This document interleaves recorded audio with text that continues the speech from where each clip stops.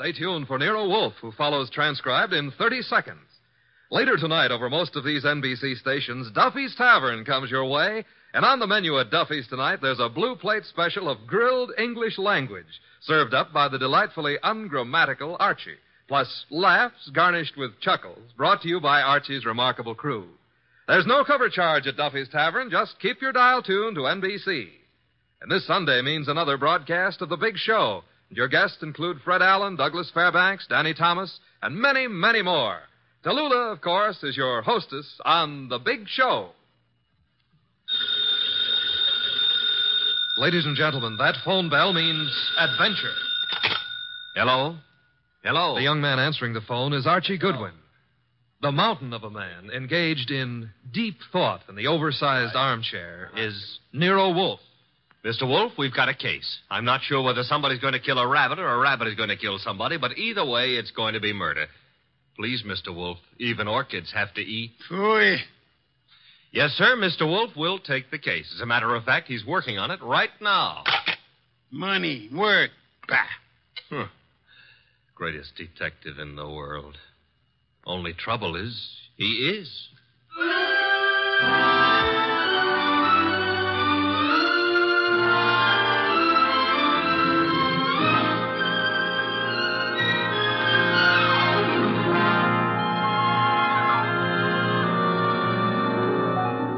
Yes, ladies and gentlemen, Archie is right. Nero Wolfe is the greatest detective in the world, and the fattest, and the least energetic.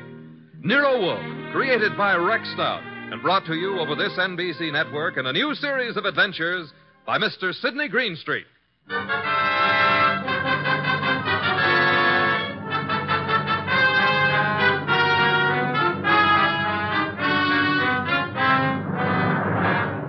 Tonight, it's the case Nero Wolfe likes to remember as the case of the friendly rabbit. He sometimes prefers his proverb scramble. It began in lots of places. Let's take a look at a few of them. In particular, the richly appointed library of a man named Veek. Mr. Veek, what's happening? Relax, Haynes. Your blood pressure. I thought it was a gag, but you really are shutting the club down. I'm shutting it down. Why? I got the joint rolling. The suckers are pouring in. And next week, the governor's committee. Huh? It's moving out of Baylor County. Our joint enterprise is in Baylor County. I think the club needs a rest. Crime committees so rarely admire gambling. Oh, that's different. So it is. The club needs a rest. You need a vacation. Florida, perhaps? I don't like Florida. Pick any place you like, just so long as you get out of reach of a subpoena. The heat's on, huh, boss? You've just coined a phrase that may very well catch on. Get out and stay out of the state until I send for you. Okay, Mr. Veek. Sure, Mr. Veek. Marshal? Yeah? That about covers us in Baylor, am I right? You're right. The dear governor's dear committee will be sorely disappointed. However, I doubt it'll give up quite so soon. I wouldn't think so. Therefore, have the truck driver deliver another shipment of carrots to the rabbit farm. Eh, Marshal? Okay, boss.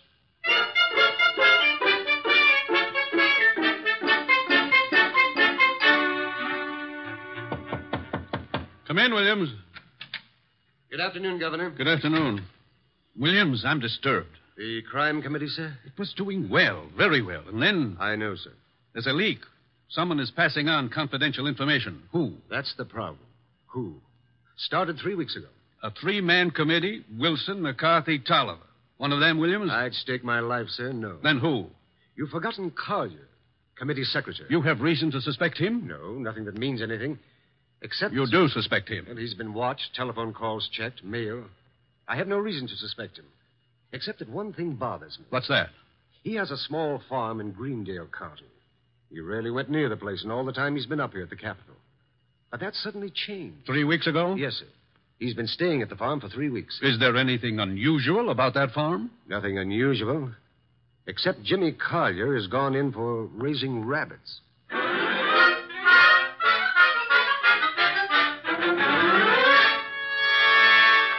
Jimmy, Who is... Oh, hello, Claire. you've been hiding from me.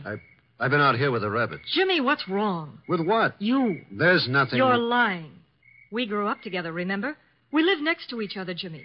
We were going to be married. Hey, wait a minute. We still are, last I heard. You haven't heard recently enough. What does that mean? It means we're not getting married. But, You've Clara... been avoiding me, and you've been getting money, lots of money from someplace. And in a shady way, I feel. All right, you know. So what? I've been concerned about your sudden devotion to these rabbits and the kind of men you've been seeing. What do you mean? Like the one up at the house now, waiting for you. Oh, there's somebody waiting? That's why I came down here after you. I'd better get up there. He's a crook, Jimmy. Look, All right. I sort of got myself in a mess. I needed money, but it's over, Claire. No more. Are you sure? Of course I'm sure. I wish I could believe you. For your own sake. But I feel I can't. Not anymore.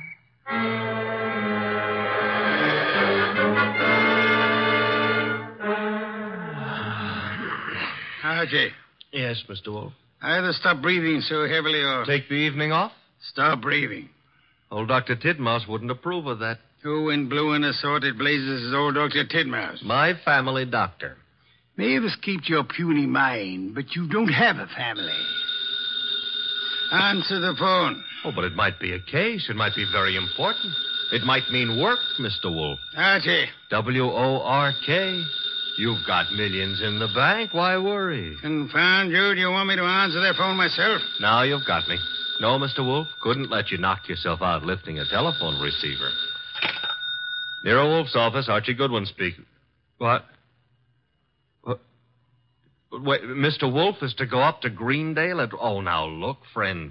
Mr. Wolf does not go anywhere, and that includes Greendale. He wouldn't stir out of the house for anybody short of the... What? I see. Yes, sir, in an hour. Goodbye. Mr. Wolf, brace yourself. You've got an appointment with a Mr. Williams at the Starlight Hotel in Greendale for 1 hour from now. You're insane. No, I'll admit I've been tempted. Sure. Were it not for the fact that often the native hue of resolution is sicklied o'er with a pale cast of thought, Quoting Hamlet will get you no place. I would fire you. And then who would drive you to the Starlight Hotel in Greendale? I'm not going to Greendale. Nevertheless, in an hour you will be there. And who, may I inquire, Cecil? The governor of the state.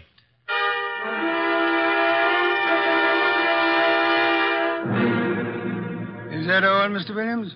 That, Mr. Wolf, is all anyone knows about the situation. Except the guilty man, of course.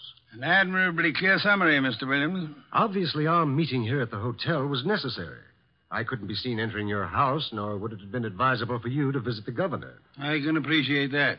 You're quite sure I need pay no attention to anyone on the committee except James Collier? Quite sure. Police surveillance of Collier is deemed unwise. He has suddenly taken interest in rabbits, but although keeping them may perhaps be considered suspicious, it is hardly in itself of value.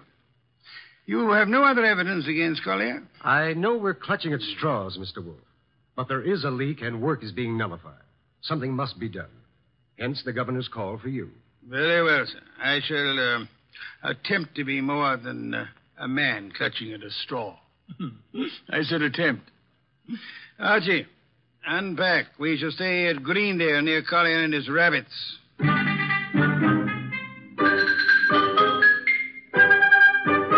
Mr. Wolf? Mr. Wolf? Oh, naturally, I know that shutting your eyes and pushing your lips in and out indicates you're thinking feverishly, but there's nothing for you to think about. Three. Oh, I accept your correction. What are you thinking about? Hotel beds, they're notoriously flimsy. Oh, you gave up on the case so soon. Fiddlesticks. I already know exactly what role the rabbits play in our problem. Therefore... We're going to drive out to Collier's farm? You are. While you test the hotel beds, fine. It'll be necessary for you to spend the night at Collier's place. You'll drive out there and pretend you've lost a cylinder or something. Oh, a lost cylinder. Oh, fine. Confound you, Archie. You can invent something plausible as a pretext, and if you are properly charming, Mr. Collier will, I hope, invite you to stay the night. And during the night I sleep, happily breathing the fresh country air. Trust not. Okay, Mr. Wolf, I accept the assignment. I will learn all I can from Mr. Collier's rabbits. Incidentally, remember the play Harvey? I do? Why? Harvey was an invisible rabbit, a figment of a man's imagination. I hope this rabbit venture is more tangible, Mr. Wolf. It is, Mr. Goodwin. Will you desist and depart? Okay. Oh, if anyone calls, just say I've gone out to Greendale to cross-examine a rabbit. Archie, I think you're going to be quite surprised. Yes.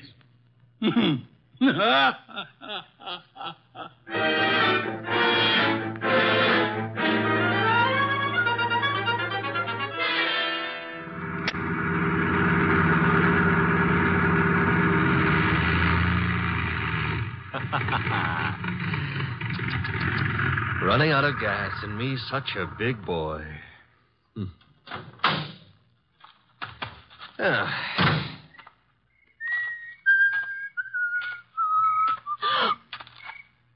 Hello.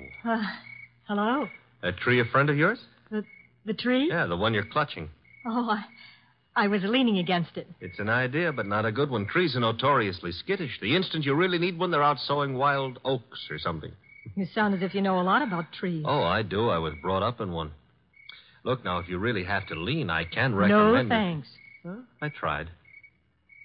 Nice moonlight we're having. My name is Goodwin, and blondes call me Archie. I'm not blonde. Brunettes call me Archie, too. And what do redheads call you?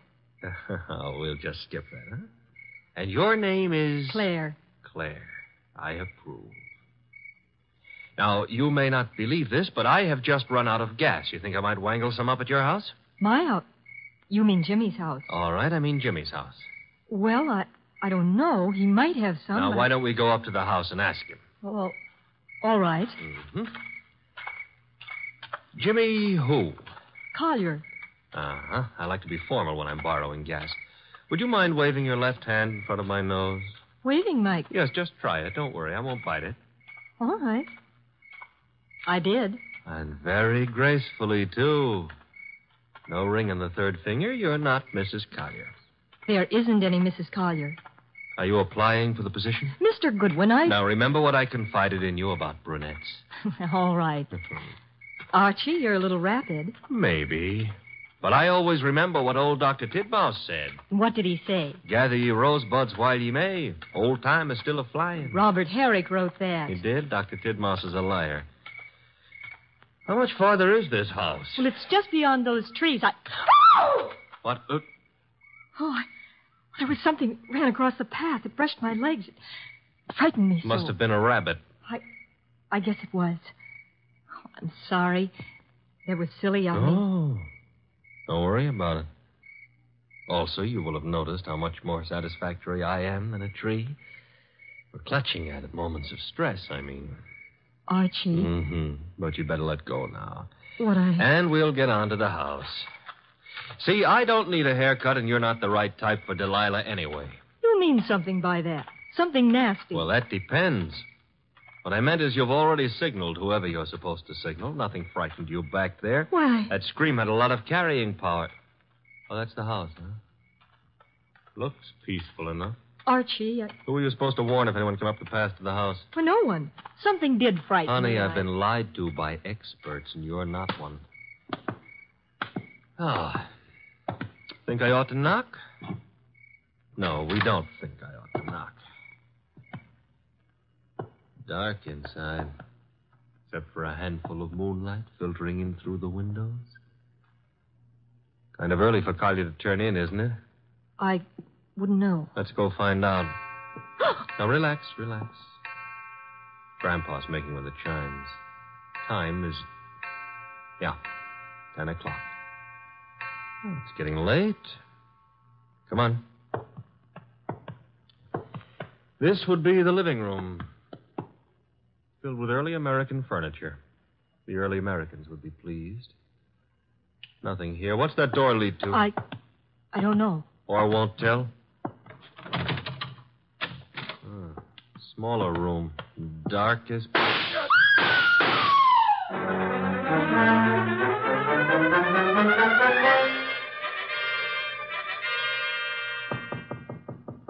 Come in. Put the beer on it. Oh, you're not the bellboy. I'm sorry. I should have remembered to bring some beer. Indeed, and you are? I'm a fellow guest at this hotel, Mr. Wolf. My name is Veek. Veek, yes. A criminal of moderate intelligence and immoderate pretensions. We won't quarrel, Mr. Wolf. I've something to offer you. You and your boy Goodwin didn't drive up to Greendale for the exercise. I dislike exercise. Shortens life. James Collier lives nearby. The Governor's Committee on Crime is unhappy. There's been a leakage of information. It hasn't helped them in their work. But it has helped you. You wouldn't have left your house in New York on any ordinary job. A request from the governor, however. Shall we stop fencing? I don't have to fence with you. The committee's work doesn't particularly bother me. I've already made my arrangements for retiring from active business, shall I say. However, I don't want you messing around in the meantime. Indeed. In your effort to discover how the committee's information leaked out, you might also discover a number of things about me that I prefer to remain undiscovered. No one has employed me to do anything about you, sir? Not directly, but indirectly you might have to. I want to insure myself against any such possibility. I want to make a deal with you. I'm ready to supply you with the name of the man responsible for the leak and papers proving his guilt. I have them here. In return for which you expect? A quick conclusion to your activities and your return to New York, leaving my name out of your reports. I'm neither a public official nor a philanthropist. I should do nothing about you unless it becomes necessary. You may remove your hand from your pocket. You wouldn't dare shoot me. Now then, the name of the man. James Collier. Proof of his guilt? These. A series of reports on the committee's meetings in Collier's handwriting. Thank you. Good night, sir. Good night. And I hope for your sake that we do not meet again. Phew. Archie, answer the... Oh. Hello? Mr. Wolf? Yes, Archie. I'm at the Collier place. Since it takes only 10 minutes to get there, may I congratulate you on your speed? I've been at the Collier place for nearly an hour. Doing what? Oh, meeting Claire for one thing, discussing rosebuds. Your delay has been explained. Good night. And for another, I was being around when someone got murdered. Ah, you laid hands on the murderer? No, the room was dark. By the time I got Claire untangled from me and started looking for somebody with a gun, he'd left. I see. And the dead man, of course, is James Collier. No, sorry. Found it had to be. Who was he? Total stranger. Archie. I'm not being difficult. There was no identification on him. Strange. A description.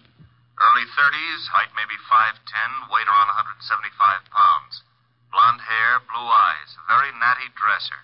Suit custom tailored with a built-in shoulder holster. Don Juan shirts. Manicured but very dirty fingernails. And he... Uh-oh. Company. The police? Mm-hmm. Very well, you tell them whatever you think proper, without mentioning the governor's committee, of course. You'll then bid them farewell and come to the hotel. Can't I say goodbye to Claire, too? You cannot. Confound you, Archie. Do you think I want to wait up all night?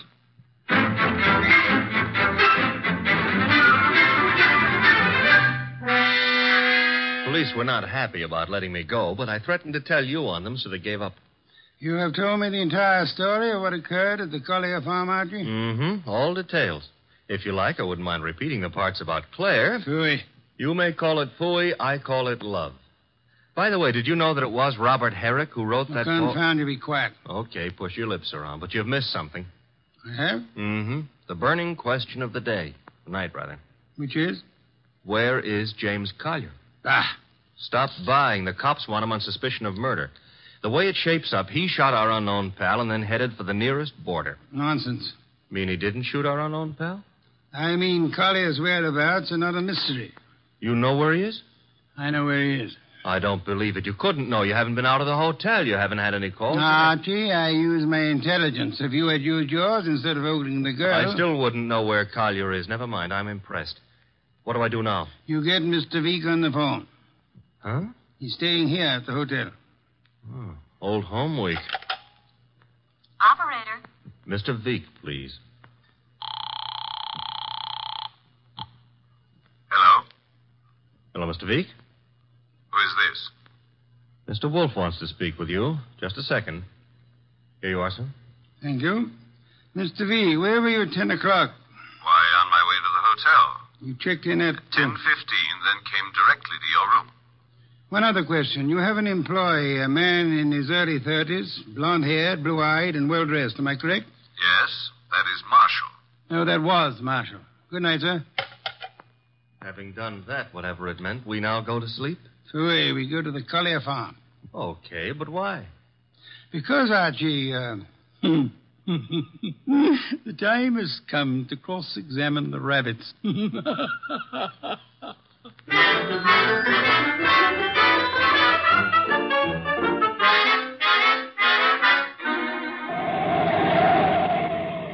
Confound you, Archie. You're not driving a truck. Be careful. Truck drivers are careful. Also, they're courteous. Indeed. Furthermore, they will always stop to help a motorist in time of trouble. Archie, are you training to become a truck driver, or have you fallen in love with a truck driver's daughter? Her name is Susie, her hair the color of wheat fields at high noon. Never mind turning purple. I'm about to change the subject. Boss, I have a theory. Stick to truck drivers. As follows. Our boy Collier, who'd been selling information to Veek, had a change of heart and decided to turn ethical. But Veek's man, Marshall, at Veek's orders, tried to apply pressure, so Collier shot him and headed for Canada. And the girl's room. Was to brighten my life. Oh, you mean about her playing sentry? Well, she's in Veek's employ, too. Phooey. Don't like my theory. It's charming. It merely happens to be wrong. Merely happens to be... Why is it wrong? Because, Archie, of a dead man's dirty fingernails, Marshall's fingernails. Oh. Well, you made me bring you to the rabbit hutches. We have arrived. There are the rabbits. Go ahead, cross-examine them. Good many hutches. A large pen for the rabbits to run about in. Notice that they're all cowering at the far end of the pen, ran as we entered. That's because they don't like us, maybe, huh? One of them, however, seems to be friendly. The one up here, and at the corner opposite us. Oh, yeah, there is one here. He's not friendly, Mr. Wolf. Indeed? He's dead. Somebody stove in his skull. Interesting. What's interesting about a dead rabbit? He may be dead now, Archie, but he was friendly. Too friendly.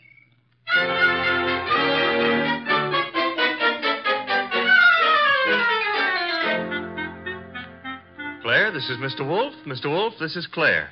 Claire, I'm Archie. A chair, Archie. A chair. Try this one. Be gentle with it. If you break it, all the early Americans will hate you. It'll serve.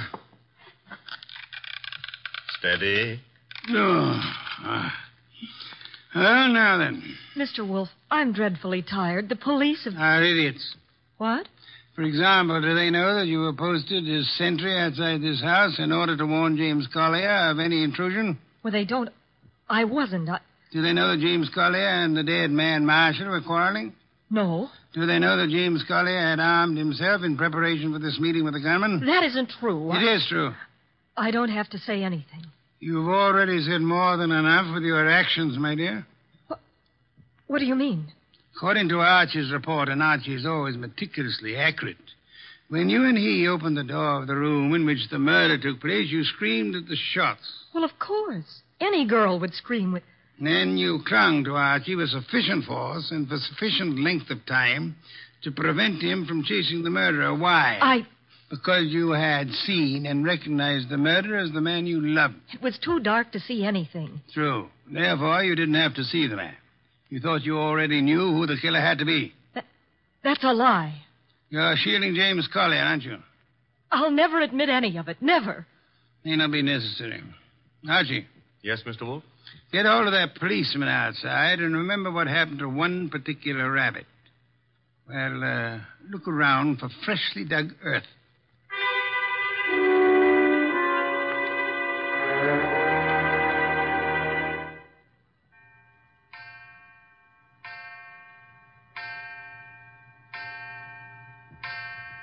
Midnight. What are we waiting for? A return? Archie's? No, it'll take him longer. Well, then whose? Mr. Veek's, of course, complete with revolver. Come in, Mr. Veek. It couldn't have been easier. No one outside, only the two of you here.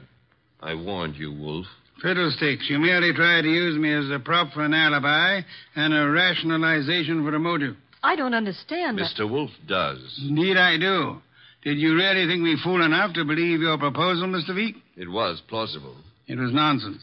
You pretended you were handing James Collier, plus the proofs of his guilt, over to me in an effort to keep yourself out of the picture. But your proposition was silly. No matter how much I might have wanted to help you, I would have been powerless once James Collier went before a jury. You're too intelligent not to know that. That couldn't have given you enough to go on. It didn't. You yourself gave me more. I did. When you came to my room, you told me you knew Mr. Goodwin and I had come to Greendale, checked in at the hotel. I did. However, when I phoned you later and asked for an account of your movements between 10 and 10:30, you replied that you had driven to the hotel, signed in, and came directly to my room. Obviously, you already knew of my presence in the hotel. How? Only one way you could have known. You had seen Archie at some time prior to the time you checked in at the hotel, and the only place where Archie was here, at the farm. Yes, which told me Mr. Veek had been here at the time of Marshall's death. What was Veek doing here? Only one thing. Murder. Then he killed the gunman. No other possibility. But, Jimmy, I thought he did it. James Collier couldn't have killed Marshall because at the time he was killed, James Collier was already dead. Archie! What's this? Me, Mr. Veek. Let's play. Drop that gun first. My arm! That's nice and cooperative, so. You'll be quiet for a while. The cop is back in the rabbit pen, Mr. Wolf, guarding Collier's grave. Grave, Archie? Yeah, with James Collier in it. Oh, poor Jimmy. Veek knew the expose was coming. He had to shut Collier up. So he had his gunman, Marshall, kill Collier and bury him in the rabbit run back of the hutches. You spotted that, boss, because of... A dead rabbit. The others scuttled away from the man who bore James Collier's body to that lonely spot. But one rabbit overcame his fear. He was too friendly. And got killed for it. There was that and the dirty fingernails of Marshall, the gunman who killed and buried James Collier. Your description indicated extreme neatness. The dirty fingernails were a wrong note. Yeah, indicated he'd been digging. So we know now, don't we? Veek killed his own trigger man to frame a dead man for it. Collier would be thought guilty. He'd be hunted among the living. And all the while... Oh, I'm sorry, Claire. It's all right, Archie. I didn't love Jimmy. That was all washed up. Mr. Wolf, I understand everything, except why did Jimmy suddenly start staying at the farm with the rabbits? He knew he'd be watched. He couldn't risk conveying his information by telephone or the mails. Nor could he be seen holding conversation with men who might be traced to Veek. But who would suspect a truck driver delivering carrots for the rabbits as being the go-between for Jimmy Collier and Veek? Nero Wolf. Which is why I hope there's an adequate bed in this house for Mr. Wolf. I'm sure I'll be able to find one. Splendid, Archie. You will have the police remove Mr. Veek, and then... And then maybe Claire would like to go gathering rosebuds, huh? By moonlight? I would like to. Phooey. I shall go up to bed now. I've seen the moonlight more times than I care to remember. However, while you and Miss Claire stroll through the moonlight, Archie... Yeah? You might remember that rosebuds have thorns.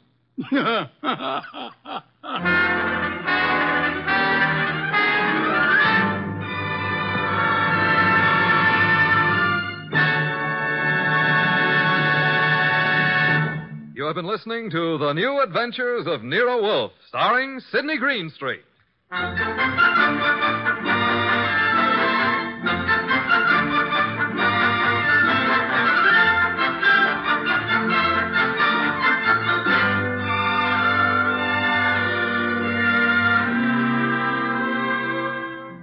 Tonight's transcribed story was based on the characters created by Rex Stout.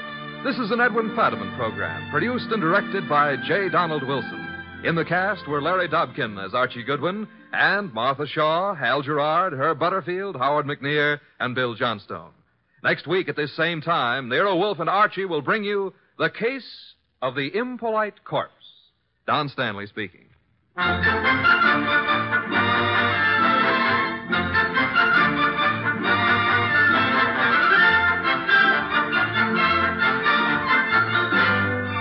Three chimes mean good times on NBC. There's no cover charge at Duffy's Tavern. Just keep your dial on this NBC station this evening as Archie the Manager, played by Ed Gardner, and his remarkable friends serve up another blue plate special of grilled English language, fresh laughs and whimsy a la mode. Another Friday fun favorite is the delightful Life of Riley, starring William Bendix as the beleaguered Chester A. Riley. Now it's Sam Spade. Then, The Magnificent Montague on NBC.